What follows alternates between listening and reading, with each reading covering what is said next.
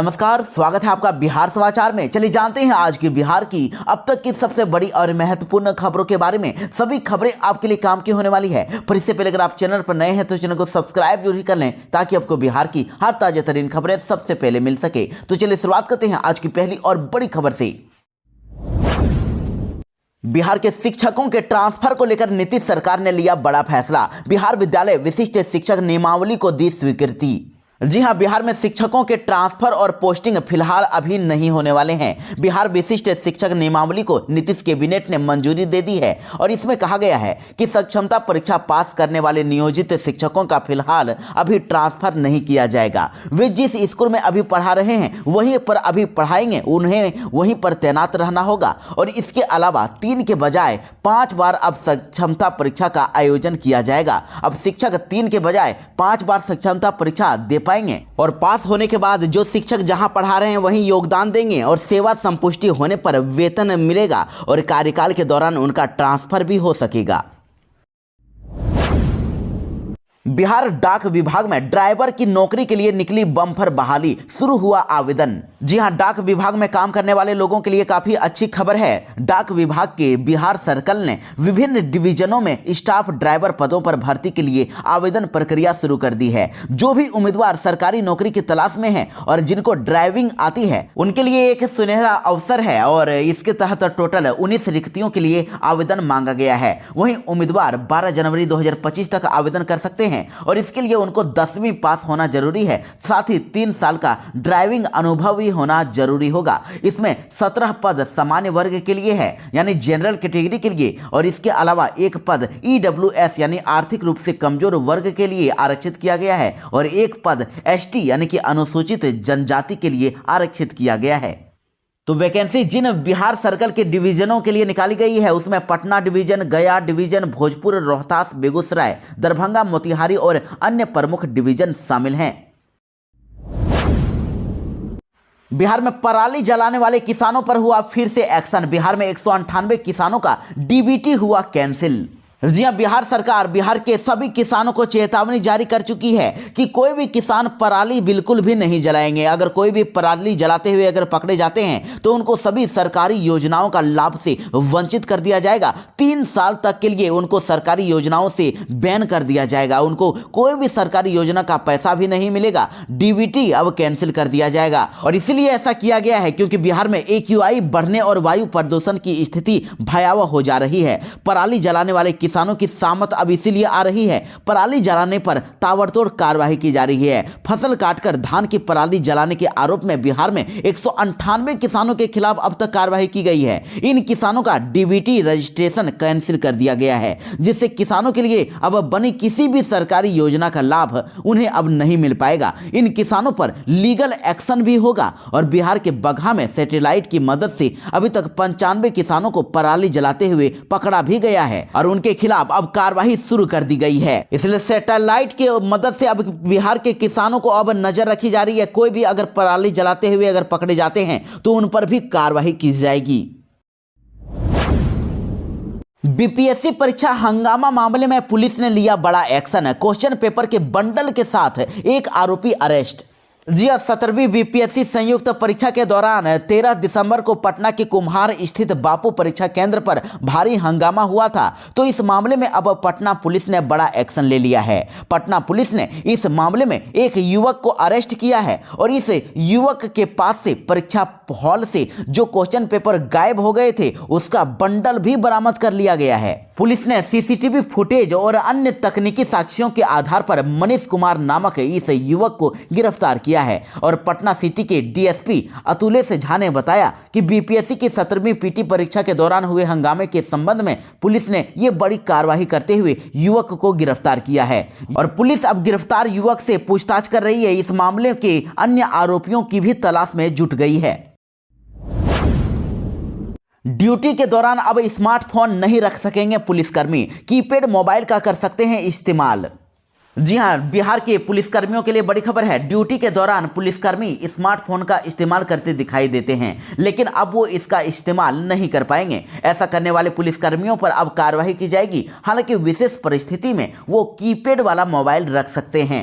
दरअसल पटना डीआईजी सह एसएसपी की गोपनीयता शाखा ने एक आदेश जारी किया है जिसमें इस बात का जिक्र है कि ड्यूटी के वक्त थाने की गश्ती टीम, ट्रैफिक पुलिस या फिर ईआरएसएस वाहनों के सिपाही स्मार्टफोन से लगातार बातचीत करते देखे जाते हैं और यही नहीं, व्हाट्सएप भी चलाते रहते हैं और मोबाइल पर गेम भी खेलते रहते हैं, जो उनके कर्तव्य के प्रति घोर लापरवाही, कर्तव्यहीनता, अनुशासनहीनता के साथ साथ पुलिस की छवि को धूमिल करता है। यह अत्यंत ही गंभीर मामला है। इसलिए अब ड्यूटी के दौरान कोई भी सिपाही इस साथ में स्मार्टफोन नहीं रखेंगे। अगर रखना है तो वो कीपैड वाला मोबाइल रख सकते हैं।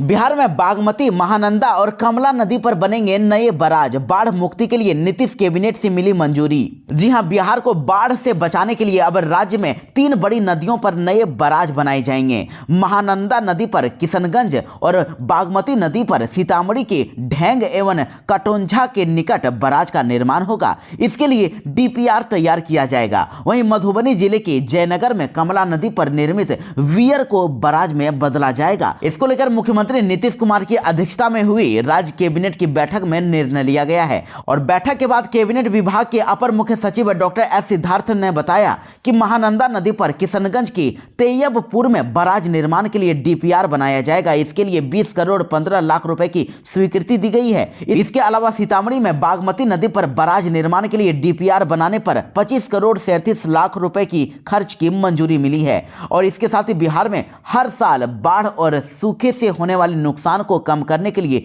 नदियों, नहरों के जल का अधिकतम सदुपयोग किया जाएगा। इसके लिए जल संसाधन विभाग के अंतर्गत वृहद एवं मध्यम सिंचाई तथा बाढ़ रोकने की योजनाओं का क्रियान्वयन भी होगा। बिहार में बीपीएससी शिक्षकों पर मंडराया नौकरी जाने का खतरा। सर्टिफिकेट की होगी फिर से जांच। जी हां, बड़ी खबर बांका से आ रही है। बिहार के बांका में डीईओ ने सभी बीईओ को अब पत्र जारी करके बीपीएससी से बहाल शिक्षकों का प्रमाण पत्र मंगवाया है। बीपीएससी से बहाल दोनों चरणों में बहाल सभी टीचर, अब 3000 शिक्षक ऐसे हैं जिनका प्रमाण पत्र अब मांगा गया है। 3 दिनों के अंदर सभी के प्रमाण पत्र की अब फोटोकॉपी जिला कार्यालय में उपलब्ध होगी, जिसके बाद अब इसकी जांच होगी। और वहीं देखिए, जो पत्र जारी किया गया है उसमें पत्र के माध्यम से पूछा गया है कि जो महिला बिहार से बाहर की हैं लेकिन फिर भी उसे महिला आरक्षण का लाभ मिल गया है। जिले में बड़ी संख्या में ऐसी महिलाएं शिक्षिका बहाल हो गई है जो बिहार से बाहर की रहने वाली है मगर उसे महिला आरक्षण का लाभ मिल गया। वह शिक्षिका टेट या फिर एस्टेट की परीक्षा में भी महिला आरक्षण के आधार पर बहाल हो गई हैं। कई शिक्षक तो ऐसे हैं जो बिना एमएम पूरा किए ही बहाल हो गए। बताया जा रहा है कि 55% से कम अंक लाकर ऐसी महिला अभ्यर्थी भी पास हो गई है जिनके पास उस पद की योग्यता ही नहीं है, यानी कि बिना एमएम पूरा किए ही इंटर शिक्षक बन गया है। तो अब 3000 शिक्षकों की अब नौकरी पर खतरा आ गया है। इनकी अब डॉक्यूमेंट की जांच फिर से होने वाली है। अगर कोई भी गड़बड़ी अगर नजर आई तो उनकी अब नौकरी खत्म कर दी जाएगी। इनको नौकरी से हाथ धोना होगा।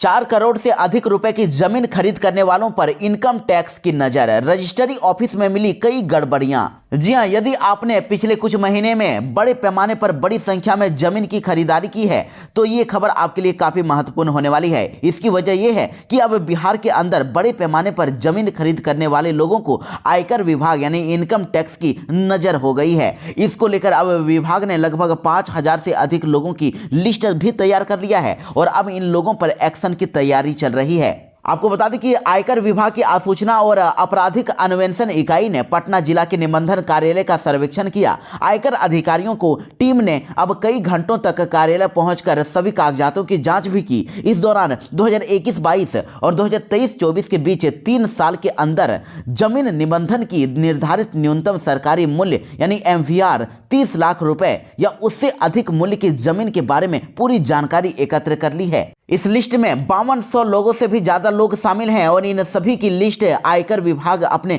साथ ले गई है। अब इसकी जांच होने वाली है। ये देखा जाएगा कि इन जमीनों की खरीद का सही स्रोत क्या है और इन 5200 जमीनों की खरीद का मूल्य 4 करोड़ रुपए से अधिक का है। आपको बता दें कि निबंधन कार्यालय को 30 लाख रुपए से अधिक मूल्य की जितनी जमीन का निबंधन होता है उसकी जानकारी आयकर विभाग को देनी होती है। ऐसे में देखने को मिलता है कि निबंधन कार्यालय बड़ी संख्या में इन सूचनाओं को छिपाता है। इसलिए अब इनकम टैक्स डिपार्टमेंट इन पर अब नजर रख रही है और जांच करने वाली है।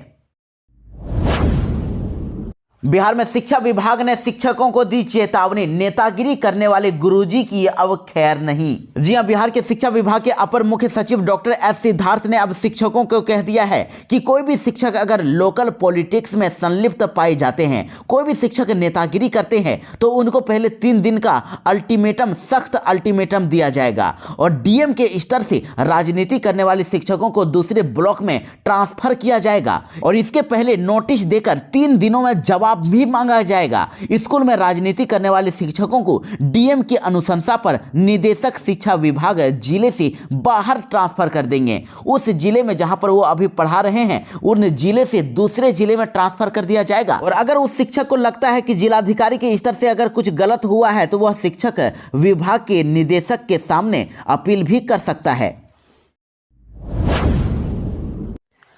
पटना में बीजेपी और कांग्रेस कार्यकर्ताओं में चली लाठियां। दोनों पार्टियों के कार्यकर्ता सदाकत आश्रम के बाहर हुए आमने सामने। पुलिस ने समझा बुझाकर वापस भेजा।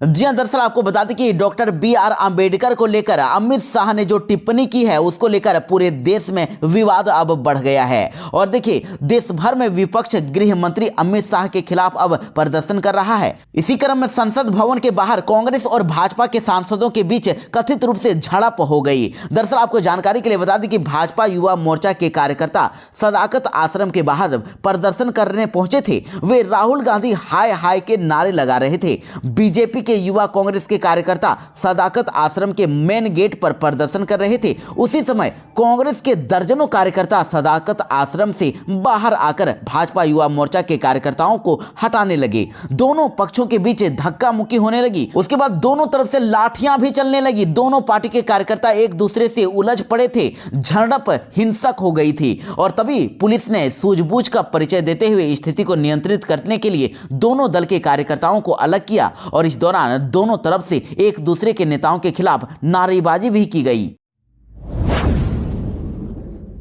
बिहार के कार बाइक मालिक जरा ध्यान दें, ड्राइविंग लाइसेंस और आरसी को लेकर आया नया निर्देश, नहीं माना तो लगेगा जुर्माना। जी हां, ड्राइविंग लाइसेंस और वाहन रजिस्ट्रेशन प्रमाण पत्र यानी कि आरसी में मोबाइल नंबर अपडेट रखना बहुत अनिवार्य कर दिया गया है। ऐसे नहीं है तो जल्द से जल्द करवा लें, अन्यथा आपको 2500 रुपए का जुर्माना भरना पड़ेगा। इतना ही नहीं, ड्राइविंग लाइसेंस, आरसी और आधार कार्ड पर आपका जो नाम है उसमें अगर अक्षर में अंतर है तो आपको आधार कार्ड के साथ जिला परिवहन कार्यालय जरूर तुरंत से तुरंत पहुंचना होगा। साथ ही कार्यालय के सभी 16 काउंटरों पर नाम सुधारने की व्यवस्था की गई है। इन काउंटरों पर मोबाइल नंबर भी आपका फ्री में अपडेट कराया जा रहा है। जिला परिवहन पदाधिकारी उपेंद्र पालन ने कह दिया है कि मोबाइल नंबर अपडेट नहीं रहने पर मोटर वाहन अधिनियम का ये उल्लंघन होगा।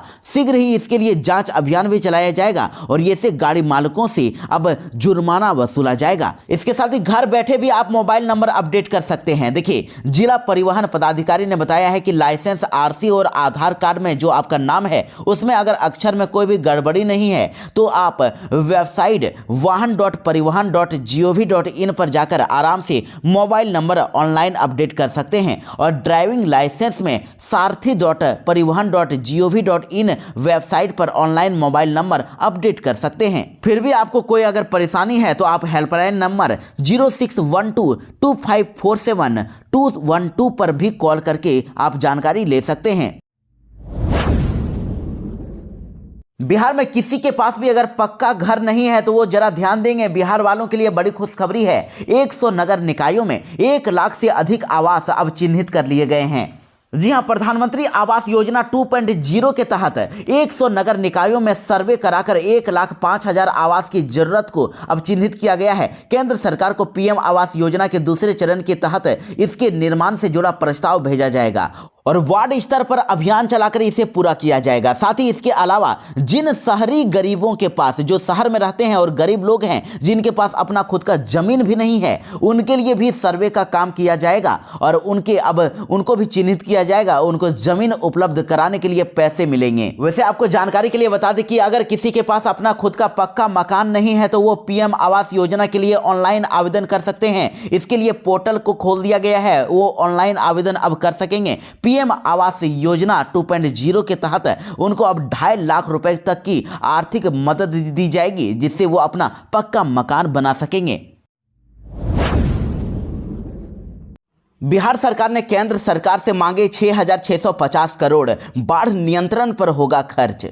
जी हां, बिहार सरकार के जल संसाधन मंत्री विजय कुमार चौधरी ने नई दिल्ली में केंद्र वित्त मंत्री निर्मला सीतारमण से मुलाकात की और वित्त मंत्री को पत्र सौंपा और बिहार में बाढ़ नियंत्रण से संबंधित 6,650 करोड़ 33 लाख रुपए की योजनाओं को मंजूरी देने का अनुरोध किया। इस दौरान जेडीयू के कार्यकारी राष्ट्रीय अध्यक्ष, राज्यसभा सांसद एवं जल संसाधन संबंधी स्थायी संसदीय समिति के सदस्य संजय कुमार झा भी साथ थे।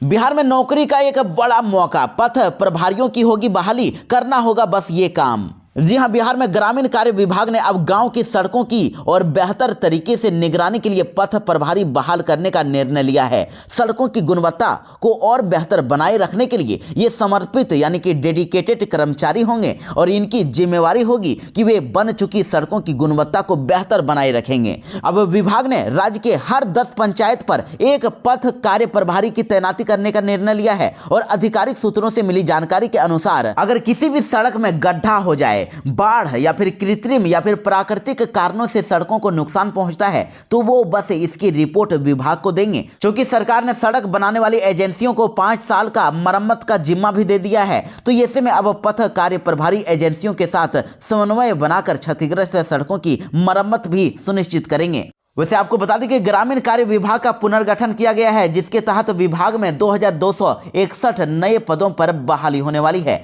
और अब आधिकारिक सूत्रों के अनुसार सृजित पदों पर बहाली के लिए जल्द ही विभागीय प्रक्रिया भी शुरू कर दी जाएगी। बिहार में अब कहीं भी अगर सड़क पर गड्ढा दिखे तो आप इसकी अब मरम्मत करवा सकते हैं। गांव में टूटी सड़क या फिर गड्ढे दिखाई देने पर आप बस एक ऐप पर इसकी शिकायत करिए, होगी कार्रवाई। जी हां, बिहार की गांवों की सड़कों की निगरानी हमारा बिहार हमारी सड़क मोबाइल ऐप से अब होगी। मुख्यमंत्री नीतीश कुमार ने इस मोबाइल ऐप का लोकार्पण कर दिया है। ग्रामीण कार्य विभाग ने इस एंड्रॉयड आधारित मोबाइल ऐप का निर्माण किया है और इस ऐप के माध्यम से अब कोई भी आदमी अब सड़कों की खराब स्थिति जैसे कि गड्ढे, क्षतिग्रस्त किनारे या फिर अन्य समस्याओं की रिपोर्ट सीधे संबंधित अधिकारियों को कर सकेंगे। बस उनको एक फोटो खींचकर इस मोबाइल ऐप पर डालना होगा। कोई भी व्यक्ति अब अपने प्रखंड की सड़क का चयन कर सकते हैं और गड्ढों या फिर अन्य समस्याओं की रिपोर्ट फोटो के साथ दे सकते हैं। तो याद रखिएगा, ऐप का नाम है हमारा बिहार हमारी सड़क। इस ऐप के माध्यम से आप शिकायत दर्ज कर सकते हैं, जिसके बाद संबंधित अधिकारी के द्वारा उस समस्या को तय सीमा के अंदर ही हल किया जाएगा और समस्या समाधान की स्थिति के बाद इस ऐप के माध्यम से अपडेट भी किया जाएगा।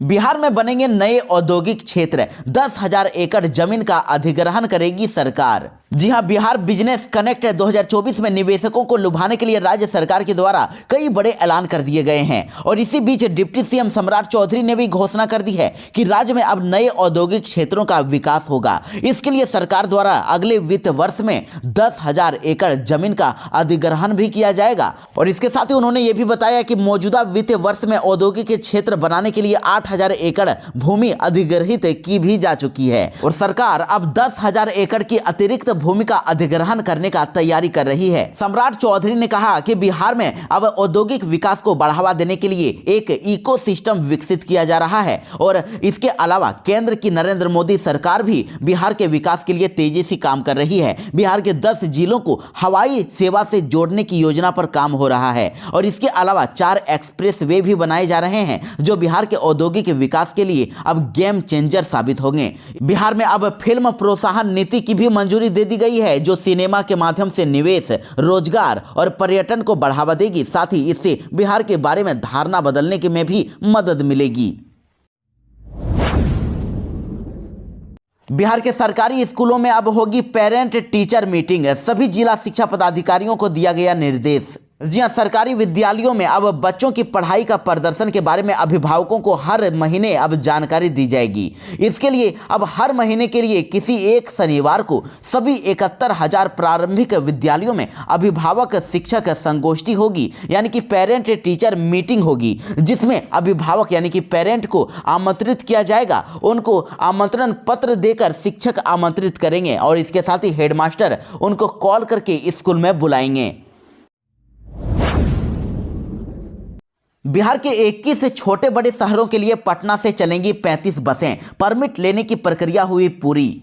जी हां, बिहार में अब बिहार राज्य पथ परिवहन निगम के अब लिस्ट में 43 डीलक्स नई बसें आज से जुड़ने वाली है। इसमें से 35 बसें राज्य के 21 छोटे बड़े शहरों के लिए चलेगी। इस रूट में राज्य के कई जिला मुख्यालय, अनुमंडल मुख्यालय और प्रखंड मुख्यालय जुड़ जाएंगे और 8 बस पटना प्रमंडल को मिला है। और ये बसें पटना से देवघर, मुंगेर, मुंडेश्वरी, वाल्मीकि नगर, भागलपुर, किशनगंज, मधेपुरा, मधुबनी, सुपौल, जोगबनी, रक्सौल, अरेराज, सीतामढ़ी, नवादा, रजौली, गया, पूर्णिया, जहानाबाद सहित कई जगहों के लिए चलेगी। सभी बसों के रूट परमिट लेने की प्रक्रिया भी पूरी कर ली गई है। बिहार में उच्च माध्यमिक विद्यालयों में 24,811 पदों पर होगी नियुक्ति। एक हफ्ते में आएगा रिजल्ट। जी हां, बिहार के शिक्षकों के लिए बड़ी खबर है। बिहार लोक सेवा आयोग यानी बीपीएससी ने शिक्षा विभाग के उच्च माध्यमिक विद्यालयों में शिक्षक के 24,811 पदों पर अब नियुक्ति करने वाला है। आयोग ने सुप्रीम कोर्ट के आदेश के आधार पर संशोधित रिक्ति वेबसाइट पर अपलोड कर दिया है। आपको बता दें कि बिहार में शिक्षक बहाली के TRE3 परीक्षा का रिजल्ट जारी कर दिया गया है, जिसके तहत प्राथमिक, मध्य और उच्च विद्यालयों का परिणाम जारी किया गया। और आयोग सूत्रों के अनुसार अब विभाग से श्रेणीवार रिक्तियों की संख्या प्राप्त होने के बाद अब उच्च माध्यमिक विद्यालयों में नियुक्ति के लिए परिणाम 1 सप्ताह के अंदर जारी कर दिया जाएगा। कैट परीक्षा का रिजल्ट हुआ जारी, देख सकते हैं स्कोर कोड।